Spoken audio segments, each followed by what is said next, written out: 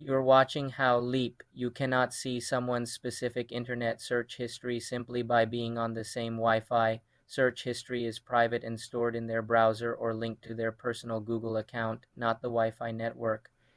As a Wi Fi network administrator, you can only see a list of domain names or websites visited by devices on the network, not the full search queries or secure HSpage content. This requires access to the router's admin logs, which is technical and often protected by a password. Importantly, attempting to monitor someone's internet activity without their explicit consent is illegal in many places and a violation of privacy.